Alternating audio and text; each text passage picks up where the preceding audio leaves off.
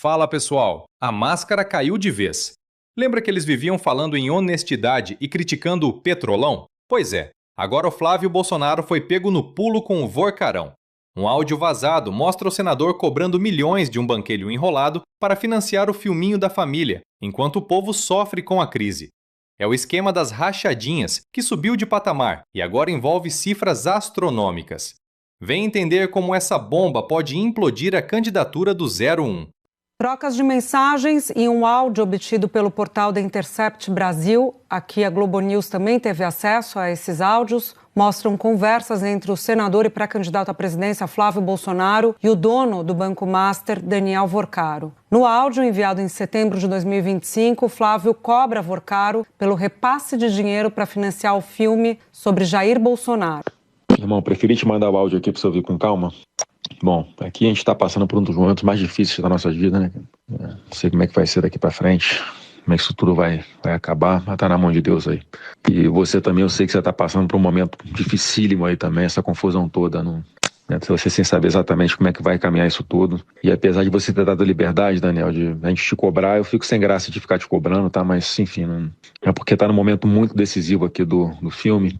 E como tem muita parcela para trás, cara, tá todo mundo tenso e eu fico preocupado aqui com o efeito ao contrário do que a gente sonhou pro filme, né? Imagina a gente dando calote num Jim Caviezel, num Cyrus, os caras, pô, renomadíssimos lá no cinema americano, mundial. Pô, ia ser muito ruim, né? Todo efeito positivo que a gente tem certeza que vai vir com esse filme pode ter o efeito elevado a -1 aí, cara. Então, se você puder me dar um toque, uma posição aí, Daniel, porque a gente precisa saber o que faz, cara, da vida, porque já tem muita conta para pagar esse mês, e o mês seguinte também, e agora que é a reta final, que a gente não pode vacilar, não pode não honrar com os compromissos aqui, porque senão a gente perde tudo, cara, tudo contrato, perde ator, perde diretor, perde equipe, perde tudo. Podemos dar um toque aí, irmão? Desculpa o áudio longo aí, tá? Um abração, fica com Deus, cara. Otávio, o áudio foi enviado na véspera da prisão e depois documentos também do Imposto de Renda do Master de 2025 mostram que saiu dinheiro do Master e foi para essa empresa que intermediava os recursos pro filme. Então você tem um envio de dinheiro do Master para financiar esse filme, que é o assunto que Flávio abordou no áudio com Daniel Vorcaro à véspera da prisão. Bom, é o desenrola do Flávio Bolsonaro, né? A gente viu que ele desenrola com quem? Com o Vorcaro. Júlia, politicamente, eu comparo esse episódio com o episódio do encontro de dinheiro na firma Lanús. A Rosiane Sarney tinha a mesma... era pré-candidata como Flávio Bolsonaro. Tinha ali uma possibilidade de juntar partidos. Era uma campanha, aparecia muito bem nas pesquisas. Houve uma operação da Polícia Federal. Na Alunos apareceu um monte de maço de dinheiro e a pré-candidatura foi embora. Não estou aqui dizendo que a pré-candidatura do Flávio Bolsonaro acabou como acabou da Rosiane Sarney. Mas esse caso é até pior, porque tem a voz do Flávio Bolsonaro nesse desenrola do Banco Master. Ele pedindo dinheiro a um banqueiro com um agravante. Esse banqueiro, o Vorcaro, ele foi autorizado no governo, né, durante o governo do pai do Flávio Bolsonaro a operar como banco. O Banco Central já independente do governo, mas também foi quem, na gestão Bolsonaro, foi quem deu as condições para Vorcaro conseguir ampliar os seus negócios. Então, é muita explicação que tem que dar. O Zema, candidato ali também da direita, já foi às redes sociais dizer que a fala do Flávio, esse áudio que nós ouvimos, é um tapa na cara. E dá a entender que ele não tem moral para falar de casos de corrupção do PT. Ou seja, o Zema, que estava até poucas semanas fazendo vídeos, brincando com Flávio Bolsonaro, quem vai ser vice de quem, agora está nesse momento nas redes sociais dizendo que esse áudio do Flávio Bolsonaro é um tapa na cara. Bom, então nós temos que aguardar, nesse momento, o clima ali na campanha do Flávio Bolsonaro é de fim de festa mesmo, mas a gente repete, tem que ter cautela, política é uma coisa de cada vez. Mas, de fato, é o que a gente já vinha falando aqui há tempos, né? O Flávio Bolsonaro nunca tinha sido exposto a uma campanha majoritária onde essas coisas aparecem. O Flávio Bolsonaro, eu sempre duvidei dele, da resiliência dele para aguentar esse tipo de pancada que é comum em campanhas eleitorais. Vamos ver como ele reage. Otávio, a repercussão política já começa, né? Tanto o senador Flávio Bolsonaro do lado dele divulgando a nota, como o governo, que é adversário da oposição, Flávio Bolsonaro como principal líder da oposição, falando na questão da criação da CPI. A nota,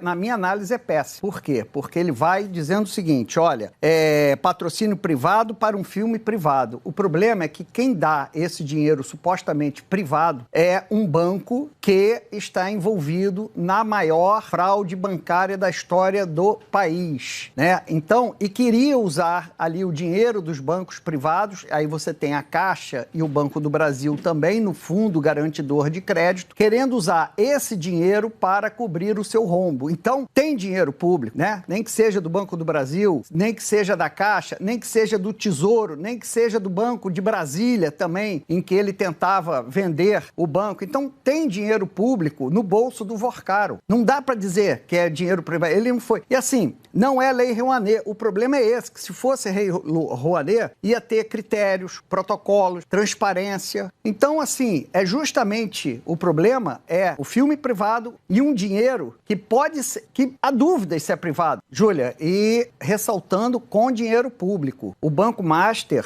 ele ganhou oxigênio com aplicação de dinheiro público de institutos de previdência. Só que no Rio de Janeiro, 1 bilhão. Da SEDAI, empresa de companhia de esgoto, mais 200 milhões. No Amapá, mais 400 milhões. Tem muito dinheiro público nisso. Tem muito. Por isso que a nota do Flávio Bolsonaro, ela, além de omitir isso que você está comentando, ela distorce os fatos, fingindo que é um filho buscando um patrocínio privado de alguém que só mexe com dinheiro privado. Não é isso. O caminho para isso chama-se Lei Rouanet. Esse outro caminho é o caminho ali dos favores indevidos entre políticos e integrantes do setor privado que precisam do poder público para tocar os seus negócios, caso do Banco Master. Me impressiona a banalidade de você falar milhões, né, com que as pessoas, com que o Flávio fala com o banqueiro